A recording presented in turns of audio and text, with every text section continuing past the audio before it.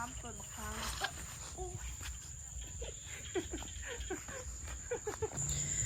สบายดีสวัสดีพ่อแม่พี่น้องสบายดี FC เบิร์ดสุฟูสุขคนเด้อยินดีต้อนรับเข้าสู่ซ่องน้องต่ายสาวดาวเด้อพี่น้องมื้อนี้นะพี่น้องน้องต่ายกับสิพาไปเบิ่งเนาะทงไห้ทงหน้าบรรยากาศกลางทุ่งนาอีกนะพี่น้องรายการสิพาไปเบิ่งอีพ่อเนาะอีพ่อตอนนี้เพิ่นกำลังจูงว่าอยู่หัวหน้าพุ่นพี่น้องตอนนี้น้องต่ายกำลังแล้วเบี้ยเนาะเพราะว่าซอยแม่เฮ็ดห่อเขาพี่น้องอันนี้ก็จะเป็นห่อเขาเดือน10เนาะเขาสาเขาประดับดินเขาประดับดินพี่น้องตามผิดข้องประเภทนี้แหละมื้ออื่นเช้าเนาะพี่น้องก็สิเตรียมตัวไปใส่บาตรบ่ฮู้ว่าสิได้ไปจักบ่บางที่ฝนตกเนาะคันบาปก็บ่ได้ไปพี่น้อง คันฝนตกบานี่แม่นบ่ได้ไปตอนนี้น้องตาก็อยู่ทุ่งไร่ทุ่งนาเสื้อนี่ก็สิใส่แต่แบบ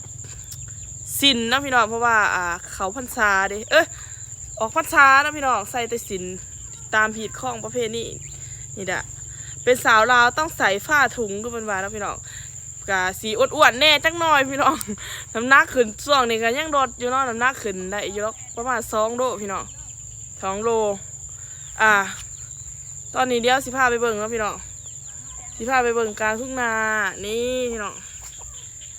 กะจะได้กับฝากก็ได้ก็แชร์ก็ติดตามเพื่อเป็นกำลังใจให้น้องตายเด้อแล้วก็ขอบคุณทุกคนที่เขามาเบิ่งหรือว่าเขามาเบิ่งคลิปหรือว่าโบขามโฆษณาแล้วพี่น้องถ้าอยากสนับสนุนเพื่อเป็นการซัพพอร์ตเนาะฝากเบิ่งโฆษณาให้น้องตายเด้อเนาะเพราะว่าทุกการเบิ่งโฆษณาน้องตายก็จะมีกำลังใจถ่ายคลิปเนาะพี่น้องเพราะว่าน้องตายก็บ่ได้เฮ็ดอีหยังอยู่บ้านพี่น้องมีแต่ถ่ายคลิปเนาะถ่ายคลิปซื่อๆเพื่อเป็นอาชีพรักเลยแหละบอกเลยว่าการถ่ายคลิปนี่เป็นอาชีพรักของครอบครัวเพราะว่าในบ้านกับบริเวณอีหยังเนาะพ่อแม่กับเฒ่าแต่มิแต่น้องตายเนาะพี่น้องเป็นเสาหลักของครอบครัวกะฝากเป็นแห้งใจฝากเป็นกำลังใจให้น้องตายเด้อป่ะน้องตายสิพาไปเบิ่งอย่าลืมกดไลค์กดแชร์กดติดตามถ้าบ่อยากพลาดคลิปใหม่ๆฝากกดกดกระดิ่งเด้อพี่น้องไปเบิ่งกันเลยเนาะ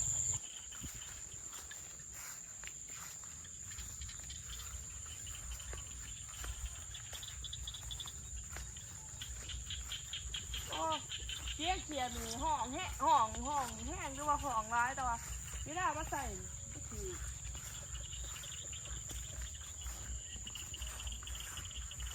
มะขามต้นมะขามโ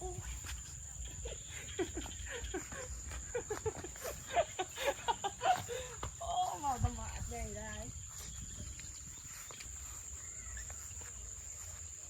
นี่จะหาพ่อใหญ่ได้นะพี่น้องนี่มาหาพ่อใหญ่ร้ายนะพี่น้องจุงงัวมันงัวมันกินหญ้าโบอิ่มเนาะสื่อส่งงามได้นี่ส่งงาม ส่งใหม่นี่เนาะพี่น้องคือเก่าพี่น้องเลยโอ้จุงงัวคือเก่าจุงงัวเนี่ยบริษัทไทยนี่เนาะจุงงัวกินหญ้างัวตัวหนึ่งเขาขายตัวไหนพอไหนเนี่ยเขาขายเท่าไหร่งัวตัวไหนนี่ดิมาแล้วเขาบอกชื่อทำข้อมูลราคาครับบอกว่าซ้ำนี่สมบัติทองใหญ่ท่ะ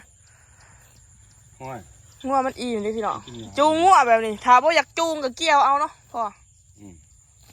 จูงเกี่ยวเอานี่สิมาถามอีพ่อว่ายังอยากไปไทยอีบ่ฮะไปจะให้ข้างัวยามข้างัวอยากไปอยู่บ่เคยไปจักเถื่อบ่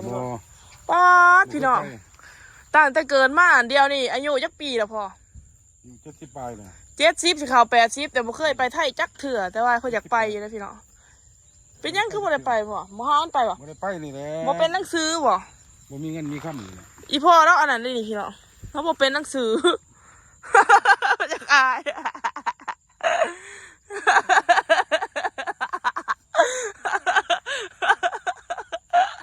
อะไรออกไปหันไปหนีเนาะหนังสือก็บ่เป็นโอ้คือว่าแล้วนะพ่ออีพ่อต้องบ่ได้เฮียนพี่น้องแต่เขาเฮียนนะพี่น้องเสียไปเด้อพอเฮียนให้จบแสกว้าจบยังจ บปริญญา บ่ ปริญญาเรื่องกล้วย เที่ยวปริญญาเลี้ยงงัวเนาะพี่น้องเราชีวิตจะตั้งแต่ผุนมุกหมอเจ้าแบบว่าจะเอาตัวรอดแต่ยังน้อยนะพ่อแม่จะเป็นหยังจะเกิดเหตุอีหยังจะอยู่กับเอื่อยกับน้องบ่ด้วยว่าเอาตัวรอดผู้เดียวหั้นนะตั้งแต่จะเคยเล่าให้ฟังหั้นนะปิ้นน้ำมาพี่มันบ่กินข้าวหรอก เขาแต่ว่า พ่อแม่เสียแต่อายุจักปี โอ้พ่อแม่เสียก็อายุ11 12 ปีนะ อายุ12 ปีพ่อแม่เพิ่นเสียชีวิตเนาะพี่น้องจะบ่ฮู้ว่าแม่เสียบ่ ว้ายก็หูแล้วเลยเอาบ่ทันจักขวบแม่ทำ12 ขวบ จะก็ฮู้สึกเสียใจอยู่บ่ล่ะ คนสมัยตะกี้นี่พ่อแม่ตายก็ว่าแต่พ่อแม่สิขึ้นมาพี่น้องเอ้ย เอออยู่บ้านจังหันบ่มีข้าวกินอีหยังแท้ ว้า เขา ยไปไสจะบ่มีข้าวกินให้ก็มีคือกันแหล้ว บ่จะว่าบ่มีข้าวกิน ข้าวห้อยอึดข้าวยากป้าแต่ข้าวตะกี้แตกเสือกแตกเสือ เออ มีสงครามแต่ว่าตะกี้ บ่ สงครามอยู่ลาวนี่ โอ้ แต่ก่อน สงครามกับไผล่ะ แต่ข้าวพอยังน้อยห้วย กับพวกใด ส ล่ะ งครามครับอะไรนี่แหละเฮ้ยสงครามพายเวียงจันทน์ อืม พายเวียงจันทน์กับพายไอ้น้องเขานี่แหละไปแนวลาวชาตินี่แหละแต่ข้าวก่อนพี่น้องเลย พงหำพงเฮียนกับบ่มี อืม ย้ายเรื่อยๆเป็นอพยพโรคภัยแต่ข้าวก่อน บัดผู้บางคนเพิ่นหนี้ไปไสพอปบไปต่างประเทศเพิ่นบ่ ผู้บางคนก็บ่ทันได้ไปดอกแต่ข้าวก่อน อืม เพิ่นยึดอำนาจแล้วนี้จังไปต่างประเทศ อืม ผู้ใดเข้าไปเขาก็ไป เจ้าคือบ่ไปพอ พอบ่ได้ไปก็อยู่ไปสิ กินอีหยังแทนข้าวแต่กี้บักกะโพดบ่ ไว้ กินเผือกกินมันบ่ ไปก็กินเขาวคือกันแหล้วประชาสงเคราะห์เลี้ยงเฮ้ยจะเข้านั่น บ่ว่าหวานเจ้าหั่นนะคืออัน ไม่ เพื่อนเจ้าหั่นนะ ก็กินเขาวคือกันแหล้วบัดมันมีก็ได้กินบัดบ่มีก็อดไปนั่นแหล้วเฮ้ยจะเข้าก่อน อืม ไปก็คือกันนะ วันนี้เฮ็ดจังไรมาพอกันกับอีเมบ้านก็คือจะว่าอยู่ไกลพุ่น ไปจริงๆเลย อีพ่อนี่แล้วคนไปเด้อไอพี่น้อง ไปเลยเลย แล้วก็เลยมาพออีแม่บ่ธรรมดาได้อพ่อใหญ่ร้ายนี่บ้านตัวเองนี่บ้านทั้งแห่งนี่มีเมีย2 คน ไล่เมียจะคนเกาะ ของ บ่เว้าด้วยเบิดเถอะนะ โอ้ก็ไล่แล้วเฮ้ย เว้าเรื่องประวัติเพิ่นนี่บ่ธรรมดาได้อพี่น้องตะกี้ หาเมีย หาเมียเนาะไปหาเฮ็ดประตูก็เอาเมียน้อยเอาได้พ่อใหญ่นี่แต่ว่ารอ อีเมลเราเว้าสุฟังเนาะพี่น้องเพิ่นไปเฮ็ดประตูเลี้ยงลูกหรือว่าไปทำบ้านเนาะเพิ่นเอาเมียน้อยรักเอาเมียน้อยอีเมลแล้วไปนํเพิ่น บ่ได้น้อยบ่ได้ใหญ่แล้วพี่น้อง อีเมลแล้ว อันใหญ่เลยจังหน่อย อีเมลแล้วไปนํเพิ่นเนาะพี่น้องแต่ว่าเพิ่นก็มาพ่อใหญ่ร้ายนี่บ่ดีดอกเอาเมียน้อยหอยเมียปลายข่อยเป็นอีเมลน่ะขอยปลาเลยข่อยบ่เอาเลยเป็นหยังเราคือบ่ปลาวะอีเมล ว้ายรักเราแล้วเฮ้ย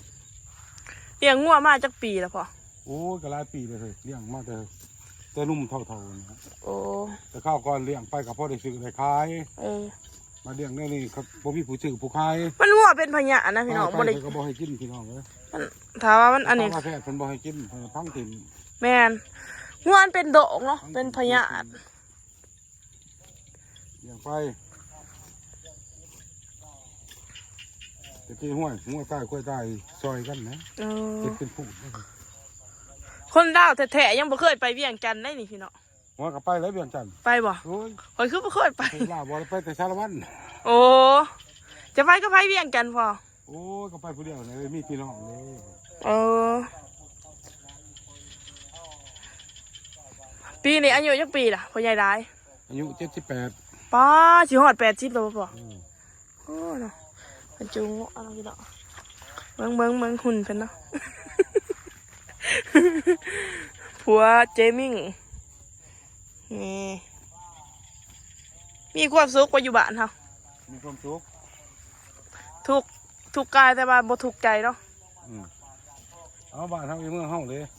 อืม บ้านเฮาเมืองเฮาเราเป็นคนลาวอยู่เมืองลาว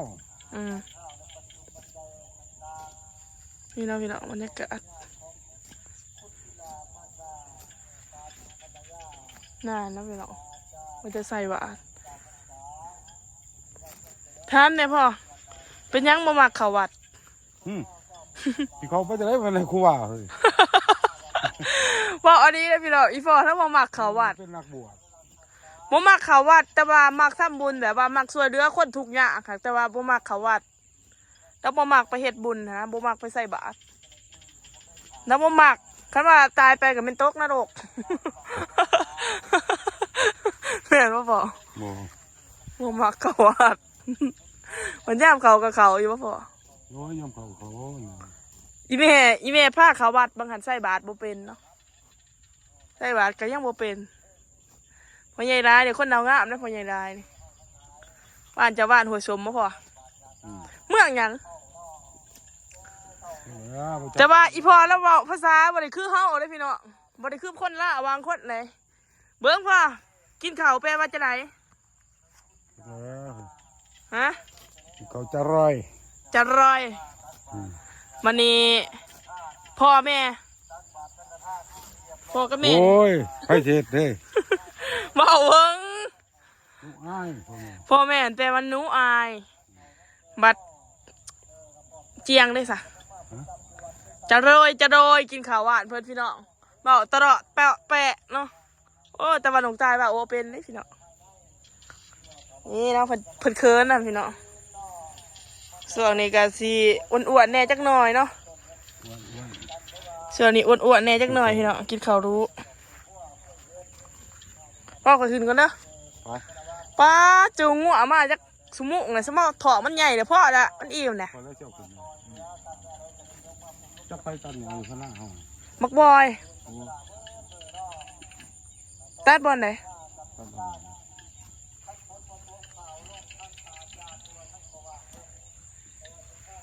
ป้าพี่น้องขึ้นตอนนี้ค่ำเลยเนาะพ้นเกิดสิโตกแล้วนี่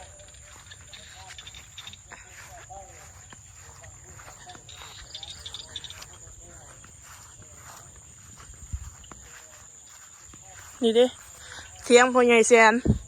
ผูแล้วเสียชีวิตถึงเอาพี่น้องเทียงระบาวคนนี้แหละหักสายมันมานอนอยู่นี่ลูกหน้าก็บอกเอาขึ้น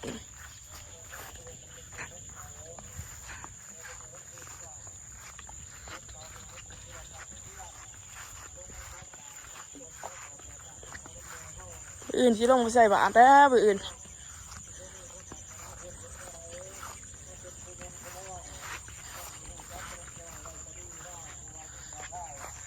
อันนี้ก็คำเลยนะพี่น้อง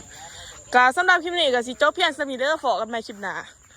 ฝากกดไลค์กดแชร์กดติดตามเนี่ยเด้อจ้าบ๊ายบาย